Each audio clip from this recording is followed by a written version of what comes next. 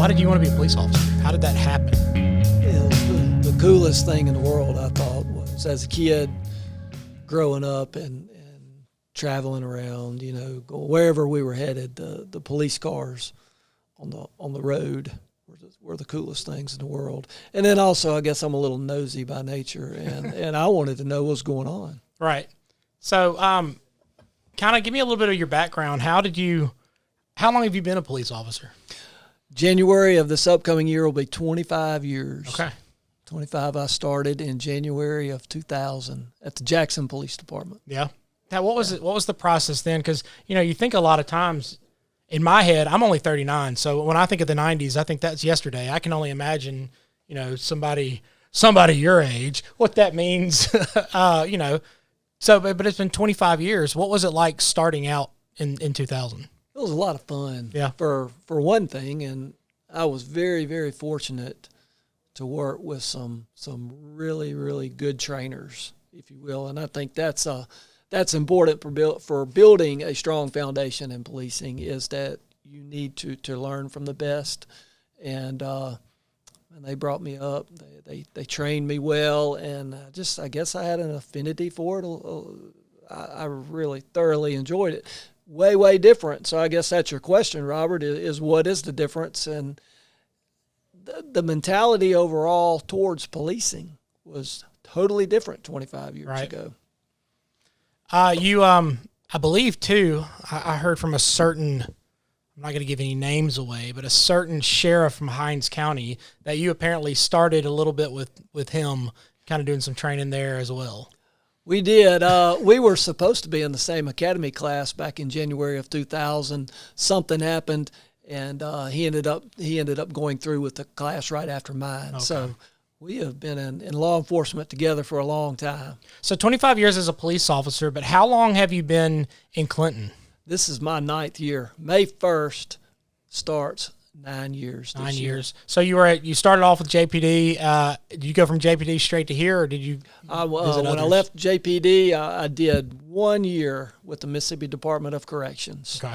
And that was over in Warren County. I wouldn't change that for anything, but I knew that wasn't anything I could do long term. I went to the Byron Police Department. I had an opportunity to go work with Luke Thompson over there, and that was building that department from the ground level up was so neat, so educational to me. Who gets to do that? Right. Nobody gets to build a police department. Right. Especially in central Mississippi. I mean, No, right here where everything is established. It is. Yeah. It is. It was a lot of fun. And wow, I mean, when you think about building a police department from the ground level up, I mean, that's the paper clips. Yeah. Somebody's in charge of paper clips. Yeah. We got to get those too. You know what I mean? It's a lot of fun. So in 25 years of police work, I'm sure I'm sure you've seen trends. I'm sure you've seen it kind of shift from one thing to another. I kind of want to do this in a two-part question, but kind of inside law enforcement, how have you seen some of the trends, like the approaches or tactics or even technology? Like, how have you seen those shifts change over time?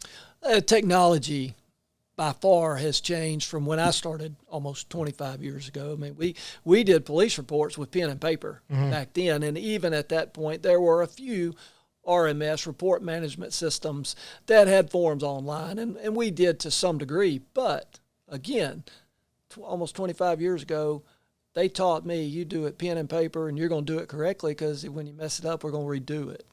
And I think that went a long way to ensuring that I got my paperwork down and I understood the process.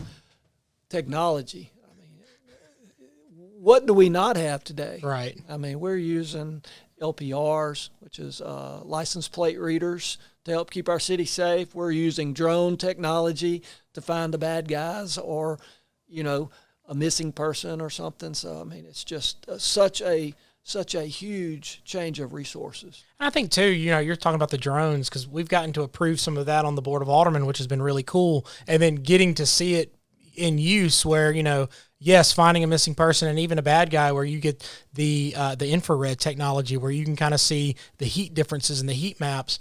But I think if it's not just solely dependent on the technology that you have at hand. It's the training of the officers that have to learn how to use it. What kind of emphasis have you put on your men and women being properly trained and finding that next thing to get an advantage? Sure, we're always learning. I'm always pushing for them to go to schools and do trainings that benefit them. But, as far as to this technology, it's not like I have to put my thumb down and say, okay, they just know. I mean, it's built into these younger officers' lives. Mm-hmm.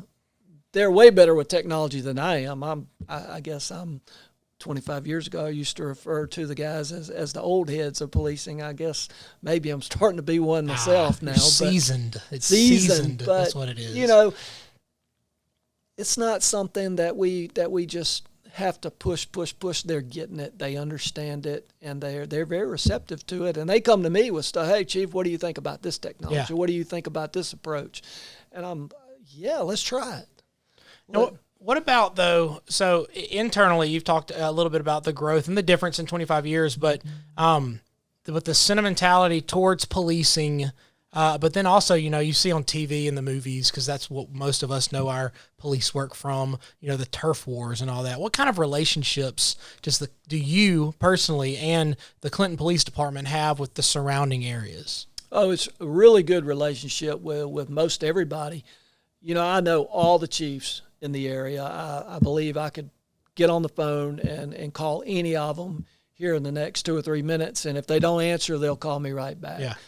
A very good working relationship. We will occasionally call one another, bounce an idea, or, hey, we're doing this. Could we get a little help? Again, Sheriff Tyree Jones, Hinds County, he and I used to partner together when we were in robbery homicide in Jackson. Tyree, he'll do anything for me that he can do, and we do the same for him. Joe Wade, the chief of the JPD, he used to be my sergeant when we were in robbery homicide. We've all worked together in some aspect or kind of blended in, merging, building those relationships to help each, interagency cooperation. So it's a lot like Major League Baseball or the NBA, where everybody's played with everybody. You know each other. At the end of the day, it's high fives and seeing each other again. Yeah, absolutely. And everybody's on the same page. Everybody wants the same thing, and that is safe communities. Right. I was talking to somebody the other day about communications individuals, those of us in the profession, getting on kind of a listserv and all that. And it reminded me a lot of 2005 when the Miss Win system didn't exist and needing it after Hurricane Katrina.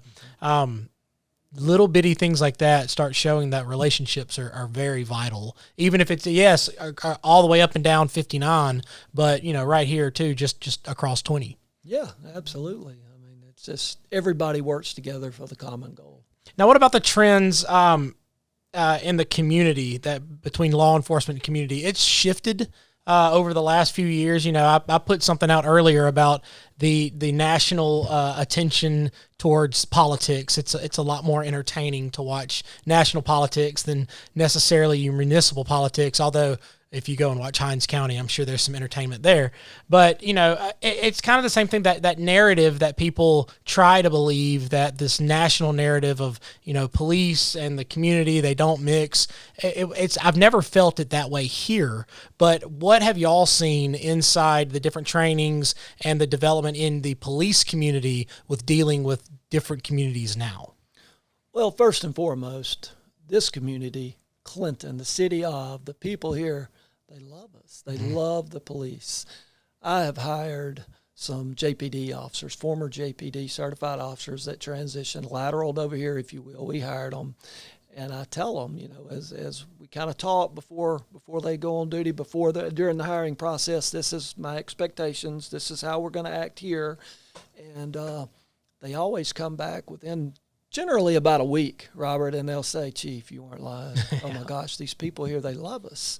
So that makes such a difference, and it is so beneficial to us that we can get out here and treat people right, and they, in turn, treat us right and support us. So I couldn't imagine how much more difficult it is in other spots. And I've been there. I've been in the city of Jackson. I've been in the city of Byram. I've been in the city of Vicksburg over in Warren County. And Clinton, by far, is the easiest community of people to deal with because they're so supportive. But you also said, too, oh, gosh, probably maybe a year and a half ago, I remember when we were talking about the low number of police officers that we had because of the CCID, which we're going to get into in a minute, but that initial kind of run through, and you said, there were 7 applicants and 5 of the 7 applicants were hireable. And you said, we're not just going to grab anybody. We've got to get the right person to fit. What are you looking for in a police officer, whether it be a cadet or a seasoned veteran that wants to come here? First and foremost, looking for common sense. I need to sit across from you, or you need to. We have a 5-person interview board, and those 5 police officers make up the command staff, and we even include some of our patrol officers from time to time. You have to be able to come in here, sit down, and get your point across to it. I need to see common sense. I need people who can think for themselves. I don't need to have to tell a police officer how to do everything. I need them to understand, think on their feet, and most of all, I need them to respect the people in our community and the visitors into our community, because that's first and foremost in my mind, and what I preach to the officers here is that we will respect everybody and we will treat them with honor.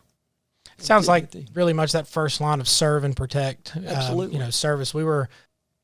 Anyway, I was reading a book the other day, and it talked a lot about how the service industry has kind of been looked at as kind of a secondary thing. And when we realize, no, there's honor in serving. And so kind of serving the community, it's not babysitting and it's not just looking around, but it's serving and keeping people happy in a way that's just beyond just the surface level happy. Right, yeah. That is so true and so correct. And I tell the officers, I try to impart this message to them at some point, is that 99% of the people, it's just a hypothetical number out there. Let's say generally all the people we encounter on a daily basis that they will encounter are good people. Yeah. Right? They're good people. So there's a very small percentage of the population are just true criminals.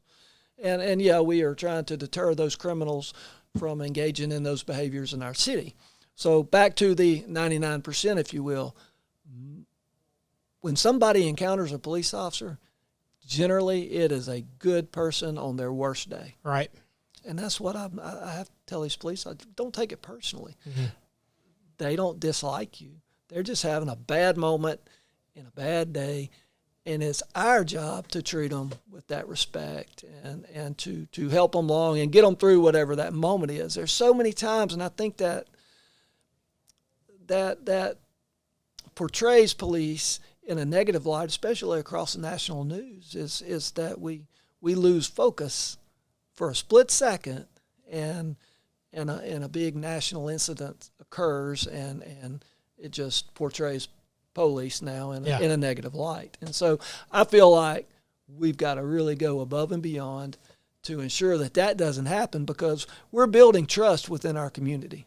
Yes. That's the big thing. We're building trust so that our people know, our community members know, we can count on these people. We don't have to be fearful of the police. We need them, and when we need them, we're glad they're here. 2 specific things that I know that you're doing is the home watch care. House watch. House watch. That's what I say. House watch. Yeah. You're going out of town, call in and say, hey, we're going out of town. And that's a great program. Yeah. That was done here before I got here, and we've just kind of capitalized and put it in the news. Mark Jones used to help us promote that a lot. Yeah. But, yeah, I encourage everybody. You can call. You can go online. You can register your house. We're going to be gone from now till whenever. Give us a few little details, and they will come by and walk around your property or shine lights on it or whatever it is, while you're gone. We've done it at our house because I'll have the security cameras and I'll pop them up and I'll see flashlights going around, and I'll see the car sitting out there with the 2 blue lights on the side and be like, they really showed up. You think a lot of time, oh, they're going to do it. Oh, that's nice. But then you see it and you're like, wow, they actually really are. That's really neat. So, right before COVID, we were really having a big numbers with that House Watch program. And I want to say that back in 2019 it was 18 or 19. We did, I think, almost 10,000 one year. Wow. House watch. That's awesome. That is great, and helps cut down on stuff. And because I'm a firm believer. You've heard me say it. When somebody gets home, they go in, they shut the door, and when they wake up in the morning, I want their car to be there. Yeah. I expect their car to be there, and I expect their car not to have been broken into. Correct. Which leads us into another little marketing campaign we've done is to lock it or lose it. And that is simply trying to encourage people to lock the car doors. It's a hard thing sometimes, you think, to get people to do that, especially like I remember my dad telling me stories of growing up of not locking anything. That's right. And so sometimes it's that habit that, especially for him, 50, 60 years ago, he'll lock his car and his doors all the time now. This might be one day to where you kind of forget, oh yeah, it's not 1963 anymore. Right, Yeah. right. That seems to be one of the biggest contributors to property crimes, which is the auto burglaries, specifically this property crime we're addressing. But the people these days, they leave a lot of expensive radio stuff in their car, Robert. I'm looking at all your stuff. Or a firearm, or heavens forbid, key fobs to the car. And these burglars will check door handles, and when they're open, they're going to find something. Right. Generally, there's something of value in that car that. Are these statistically, are these the crimes of opportunity? Like, is this it just happens to be unlocked, so therefore I'm going out with bad intentions, it's unlocked, so I'll get what I can get. The criminals are coming into the neighborhood with bad intentions because if they check enough door handles, they'll find an unlocked car, and chances are, but they're opportunistic, I guess, in nature. Is if the car's locked, they'll move on. They generally do not bust out windows, and I say they loosely. That's just the criminals that do come into the city occasionally. The other thing that y'all do that I get to experience every day in my bill paying job over in the school district is our school resource officers. It's so many check marks get hit just in this one program of, yes, keeping our students safe, having a direct line of communication from the school district to the police department, but then also building those relationships with the kids, sometimes deterring a possible bad day and getting caught in your bad situation. I know somebody I can go talk to that's not my teacher, that's not my mom. It just happens to be Officer Jordan or Officer Blissett. It's such a valuable thing that I know is productive across the nation, but I think we have a very unique SRO system here. Have a really good school resource officer program, and I have to give Al Kimbrell some props because when I got here to Clinton, Al was SRO.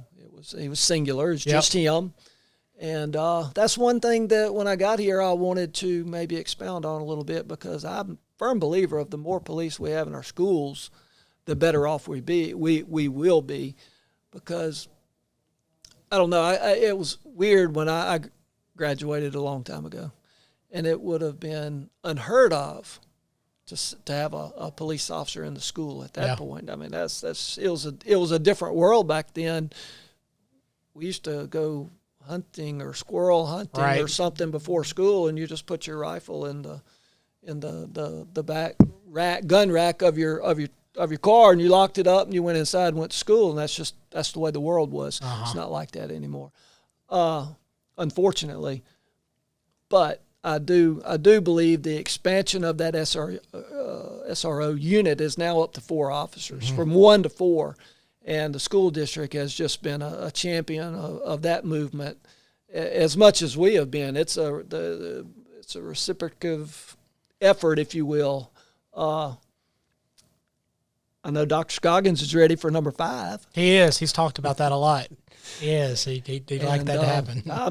We may be able to make that happen. I'm trying my best to see if we can do that. But they do a wonderful, wonderful job, and they're there all the time. Yeah, That's all what the they're time. there for. They're there at the beginning of the day, helping with traffic, and then football games and basketball games. They're present. You think you sometimes wondered, do they have more hours in their day than the rest of us do? How are they? They're going nonstop, it's been. Well, how many people do you think on a given school day at the high school during school time? How many people are on that campus? And then say on a football Friday night, how many more are coming onto Right. that campus. I mean, you're easily at the high school, 1,000 students, easy guess. Right. Quadruple that for games. Right. Even on seasons where you might not win as much as you want, you still got a lot of people there because it's something to do on a Friday night. Yeah. Especially in a small town. It's always a great atmosphere. It is. It is. So your approach towards leadership, we talk a lot in the Bill Payne job about leadership.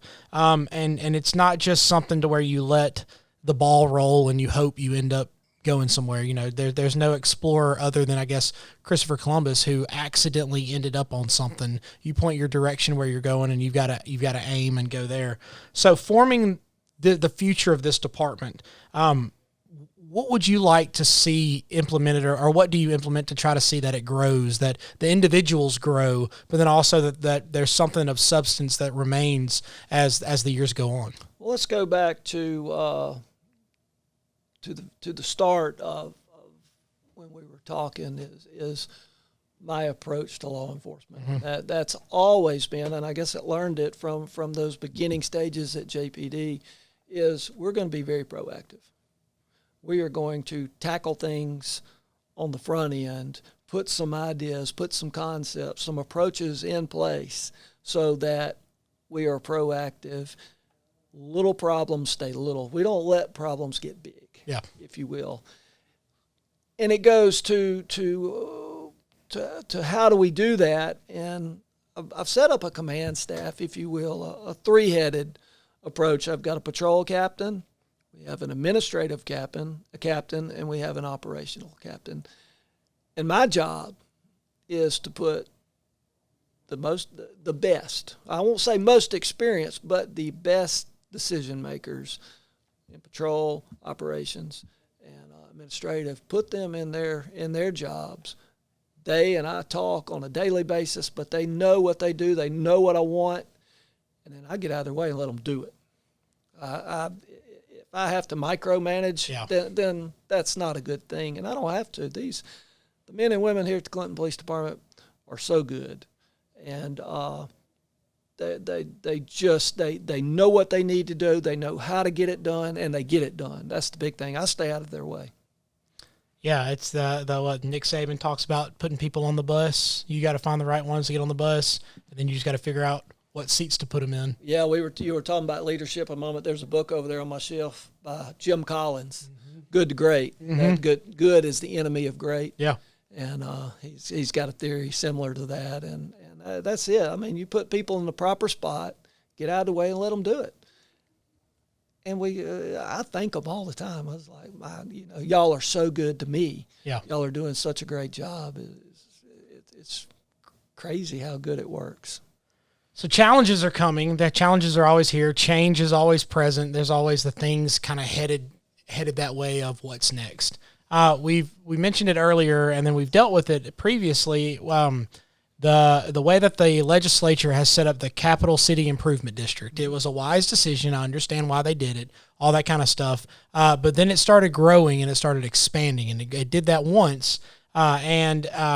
They're needing extra officers. So where do they find officers? They look at the surrounding areas and they get officers from those areas. Well, just today's July the 1st, the new law goes into place and it grows again. And so now they're looking for more officers, which is going to leave the city of Clinton, city of Pearl, Ridgeland, Madison, you name it. All of these, we're all going to be scrambling to ensure that our local police departments are properly staffed and held together, while an outside force per se is kind of competing. So when we move into that, the last time, let's talk about the last time. How did that affect the city of Clinton the previous time when CCID were recruiting officers? In their inception, the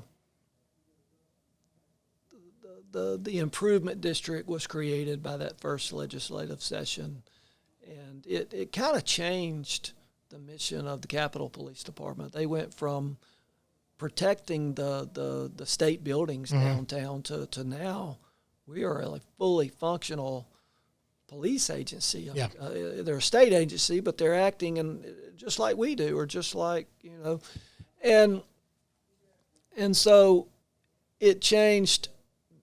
They had to hire a bunch of people in that initial inception, and I think were y'all on the board then that first year? I think, or was it the year you're referencing? that was To answer the question, I had 62 police Yeah. officers, and within literally 2 months of their initial inception, I was at 51 or 50. Mm-hmm. I can't remember. I lost 11 or 12 in 2 months. That's a It lot. was That's crazy. I mean, yes, it was nuts. Now, I didn't lose them all to Capitol Police Department. Right. I lost 5 or 6, 7 to them. Had a couple go out of state to Texas, and then I, had one here, one there. But it was a domino effect. Yeah. I think at that point, some of the officers who left were just fearful of what's going on. I don't even know if they really understood what's going on, but they, it's kind of like a sinking ship, and Yeah. you got to get off. And it affected us terribly. From 62 to 50, 51, and today, we worked up back to 58. Yeah. And that's been hard. That's taken 2 years, Robert, to get back to 58 police officers. I had one, his last day was Friday. He's going over to the Capitol Police Right. Department. He's starting today. And, I'm fearful they need, in this new session, that this new the expansion, I think it's the third expansion Yeah. now in 3 years. Yep. And I've seen differing reports, both in the media. One suggests they need 65 new officers, and then there was an article just the last week where Chief Lucky over there was saying he needs somewhere in the neighborhood of 35 to 40 officers. So whether it's 40, 35, 40, or 65, Right. the officers he needs are working at a police agency somewhere right here in central Mississippi in the metro area. And I think that's the heart of your question. Yes. Is where do they get these guys from, these men and women, these patrol officers that they need? They're working somewhere, because there's not that many people that come to our door or the doors of the surrounding agencies. It's when they say, hey, we're a qualified person, we want to get into policing. Yeah. It just doesn't happen that often. And the way that it affects the community, and the biggest thing that I hear, most of the other questions of why can't we have speed bumps? We can slow people down with speed bumps. We don't do speed bumps. You always say the best answer is a patrol unit. You can have a patrol car there, but when the numbers aren't there the last time, how did that affect the police department when we didn't have the numbers? Well, when you go in 60 days and lose 11 or 10, 11, 12 officers, one of the first things that I had to do, we had a traffic unit that had been newly formed. I won't say it was a year and a half old, 18 months old. And that's in my mind, our traffic unit, which we got reinstated about a year ago, that supplements patrols. That's marked units on the street, visible to everybody. I firmly believe that marked units and blue lights, whether we're issuing a ticket or doing whatever, is a deterrence. Criminals see that, and they see that we're willing to work. Right. And if we're willing to work, they may decide, well, we're just going to go on. We'll go somewhere else where they don't work as hard. So we had to suspend or disband, whatever you want to call the traffic unit. That hurts. That's marked people, marked units, officers willing to work, and we couldn't do it because I couldn't staff them. They were gone. Right. And we need those. We need that group. That's such a huge positive supplement to the patrol division on a daily basis. So, yeah, I mean, if we find ourselves in this same position to where, we can't answer the bell that's being rung, and I hate it. I truly do. And again, we're talking almost 25 years of law enforcement service, and I've never, ever seen a pricing war that we're in the midst of right now. And I said that 2 years ago when we had the board, thankfully, was able to help them. So that's the elephant that everybody's dancing around is it's salary prices. When you can compete, when you can provide a higher salary from the legislature instead of competing with municipalities that have a fixed amount of funds they bring in. I mean, it's and I don't know I don't know where the ceiling is in all this. I truly don't. I know that the various municipalities across the metro just cannot keep adding to. You have 3 different agencies municipal agencies here in the metro area that have up salaries in the middle of a fiscal year. Yeah.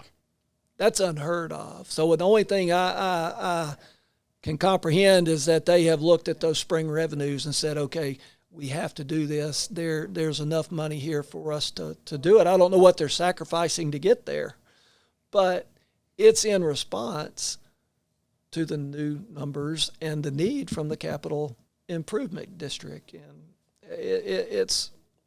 there's a lot of second and third level effects that trickle down from all this. And I'm in favor for it because to a certain degree, the more that the Capitol Police can do that JPD wasn't doing. And I hate to say that, but it is what it is. That, I believe, was initiated from a lack of policing down there. And I feel like the governor and the legislature had to fill a void, and they did, and now it just keeps growing and growing. So I don't know where it goes, and I don't know how ultimately it affects everybody. Yeah. But at the moment, it's not overly positive for us. They're coming to our door saying we need your officers. Right. So I guess kind of to close everything up, we are in a town that's very close to a city that is an easy punching bag for jokes about crime and all that kind of stuff. But we stay fairly safe. That's kind of very much an understatement. We stay very safe. Our numbers that you present to us at the board meetings shows that we're very safe. One of the things that I absolutely love, because I can see it all the time. I always know in the morning when I'm going to work, I'll see a car pulled over, and I'll know within 500 yards is one of the tag readers. How instrumental have those tag readers been just for us identifying people who either need to be held accountable for something or just shouldn't be here? Oh, I don't think you can put a value on it. They're so important to us. And again, it goes back to proactive. Yeah. We're using technology to be proactive, and really and truly, most of the things that generates is somebody who was in our court, whether it's for a traffic ticket, a misdemeanor shoplifting, something like that, and they didn't follow through and do what the court needed them to do, and they get a warrant issued for their arrest, a contempt warrant. And if we can associate them with a vehicle, we can put them on our tag readers, and ultimately we're going to stop them, and then we bring them back to court, and they're held accountable. So it's has great levels for different reasons. As we can hold them accountable, we don't let those tiny problems get big, and then also on the other side of the coin is those the criminals or that element sees the Clinton Police Department out working. They're putting people on the shoulder. They're turning on the blue lights. And whether we issue a ticket or not, people don't know what we're doing. Right. As long as we're doing it with honor, with respect, professionalism, we're treating people right, we can take somebody to jail for something that we can bring on and get it cleared up, and we can do it in a positive manner. That's good. I appreciate your time. Thanks for letting me come and sit in your office. I'm glad to say it's like going to visit the principal. Like, I'm glad I got to come to the police station for a positive reason instead of having somebody bring me here.